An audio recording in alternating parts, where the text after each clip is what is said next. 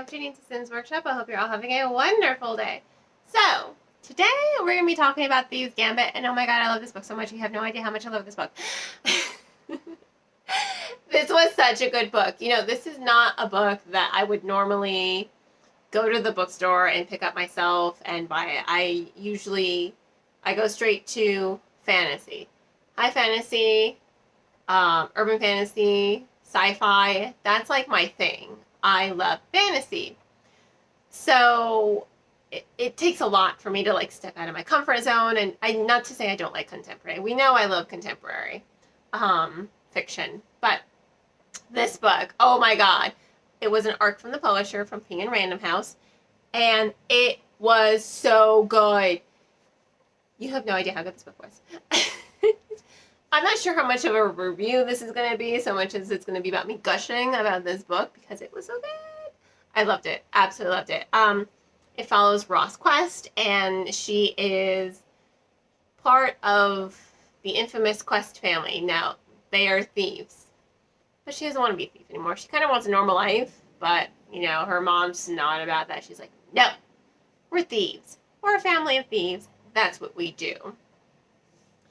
So Ross thinks, you know, maybe she can do this one last heist with her mom, and then she can get out and escape. However, the heist goes wrong. Her mom gets kidnapped and held hostage. Then Ross learns all about the Thieves Gambit. It is a competition between young thieves. Basically, if you win the competition, you get one wish. But you're also indentured to this organization for a whole year. Ross thinks this is great. If I win this competition, I can save my mom, and then after a year, I can just get out of this business altogether. That's what she wants, right? Easier said than done, obviously. Her competition is a competition. These are like the best of the best, and they all come from thieving families, or they're all as skilled as Ross, if not more so in some aspects. But it's just amazing. If you ever watch the show Leverage, this book gives off so many Leverage vibes. It was just so phenomenal. I love a good heist. If you love Six of Crows, oh my god, you're gonna love this book. Trust me. I like a good heist. I do like heist. It's great.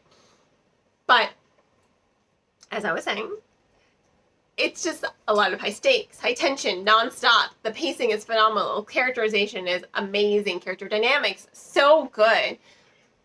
There's so much that happens. I don't think I could even begin to tell you everything I loved about this book. Again, you're drawn in instantly. The pacing is relentless. It is nonstop. It keeps you on your toes. You are moving. And I love how they do the heist. You know, first it's, okay, round one, all on your own. You each have to steal something from this art museum. Okay, great, awesome. Round two, we're splitting you, everyone who is remaining and hasn't gotten eliminated, we're splitting you into two groups of 4. All right. Now teamwork. 3, all right, the last 4 remaining people, you have to do this last quest. And whoever wins, wins. It's just so good. Because just like with the show Leverage, you don't get that full unveiling of how they accomplished the heist until the heist is complete. And that's what I loved about it. It felt very cinematic. I'm not surprised that this book is getting, I know it's getting adapted. I just can't remember if it's getting adapted into a movie or a TV show. Oh, it would make a good movie. It would. It's concise enough that you can adapt it without really cutting anything essential, because it just moves at a breakneck pace. It was so good. And Ross, as a character, she grows and she develops. And so do all the characters. They all begin looking out for themselves, but then they really do form a nice team. And they learn to care about each other. And they learn to trust one another. And that's what I really liked about the story. That's what I really enjoyed. That Ross is just ready to move forward and go forward and accomplish her task, while also being true to herself and also thinking, you know what, maybe I can bring down this organization because this competition is messed up. It's just phenomenal. It is. And then you have that slow burn romance between her and Deborah. Oh my God. It's like, do you trust him? Should you trust him? I don't want to trust him, but they have such good chemistry. Maybe we should trust him. But wait, what if he's plotting something?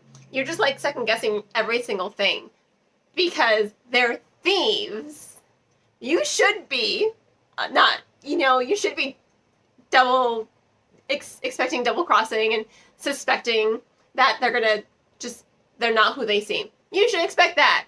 But still, that ending, jaw-dropping. Jaw-dropping. When I read it, I was like, oh my God, I need a sequel. Is there going to be a sequel? There was like no announcement for any sequel. And then a month later, I was like, yeah, we're going to do a sequel. I was like, yes, a sequel. Because I need to see how this ends. I need to see how this whole next year is going to play out. It was so good. It was so good. I think you guys can understand this excitement that I have for this book. Read it. Do yourself a favor and read this book. It was good. It was excellent. It was top tier. So good. It was just so freaking good. Absolutely loved it. So, of course, I'm going to give this book 5 out of 5 stars. Do you see my excitement? Do you see how excited I am about this book? It's a good book. Love it. Absolutely love it. So, in any case, I will, of course, include links in the description below where you can purchase the book, which you should. In any case, I hope you all have a wonderful rest of your day. Please don't forget to like the video, subscribe to the channel, and share with all your book-loving friends. And as always, happy reading. Go read this book. Seriously. You'll thank me later.